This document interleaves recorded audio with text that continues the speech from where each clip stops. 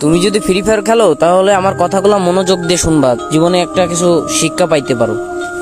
একদিন ফ্রি ফায়ারে আমি একটা মেয়ের সাথে অ্যাড হই এবং মেয়েটাও আমার সাথে অ্যাড হয় এবং তার সাথে অনেক দিন মানে 2-3 মাস প্রায় গেম প্লে করছি এবং সেও আমার সাথে গেম প্লে করছে। হঠাৎ একদিন আমারে বলতেছে যে তোমার নাম্বারটা দাও, এবং আমার নাম্বারটা আমি তারে দিয়ে দিছি। সে এবার ইমোইতে যায় আমারে নক দিছে এবং তার সাথে 8-9 মাস পর্যন্ত কথা হওয়ার পরে একদিন বলতেছে যে জান আমারে 100 মতো ডায়মন্ড টপ আপ করে দাও।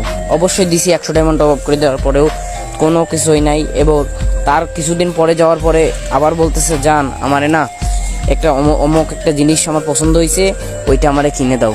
এবার দিছি, তারপরেও একদিন বলতেছে যে জান আমার টাকা লাগবে, কিছু টাকা দাও।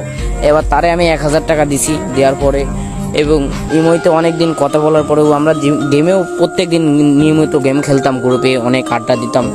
এবং একদিন বলতেছে যে জান আমার আর রিলেশনটা রাখা হবে না। আমি বলতেছি কেন? জান বলতেছে যে আমার বাসা থেকে ফ্যামিলি থেকে অনেক চাপ দিতেছে। তা আমি বলতেছি চাপ দিতেছে তাহলে কি করব? তো বলতেছে যে জান আজকে থেকে তোমার সাথে আর কথা হবে না, তোমারই ব্লক মেরে দিলাম। ভাইয়া আমি একটা কথাই বলতে চাই, তোমরা কখনো ফ্রি ফায়ার গেমে কখনো কোনো মেয়ের প্রেমে পড়বা না, কিংবা কখনো কাউরে ডুয়ো পার্টনার বানাবা না। আমি তোমাদের এই কথাটাই বলতে চাই। আর ভিডিওটা কপি লিঙ্ক করে দাও যেন সব ফ্রি ফায়ার প্লেয়াররা যেন শুনতে পারে ভিডিওটা।